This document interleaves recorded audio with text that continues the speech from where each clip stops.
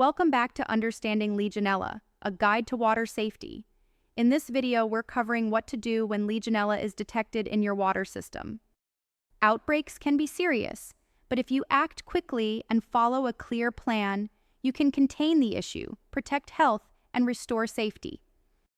A response typically begins with either a positive Legionella test result or reports of illnesses linked to your facility. Not every detection means a full-blown outbreak, but any sign of contamination requires swift action.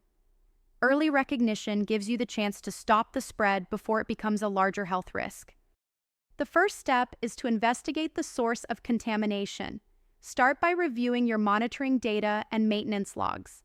Look for warning signs or lapses in control. Focus your attention on high-risk areas like cooling towers, hot water systems, or sections with low flow or dead legs. In some cases, you may need to conduct additional testing to confirm the contaminated site. Once you've identified the source, it's time to take action. Here are 3 common remediation strategies.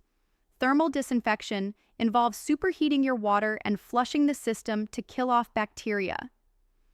Hyperchlorination uses high concentrations of chlorine to disinfect the system rapidly. And in some cases, you may use physical treatments like filtration, especially at points of use where protection is critical. Each method has its own strengths, and in some situations, a combination may be used. After remediation, it's critical to verify that the system is safe again.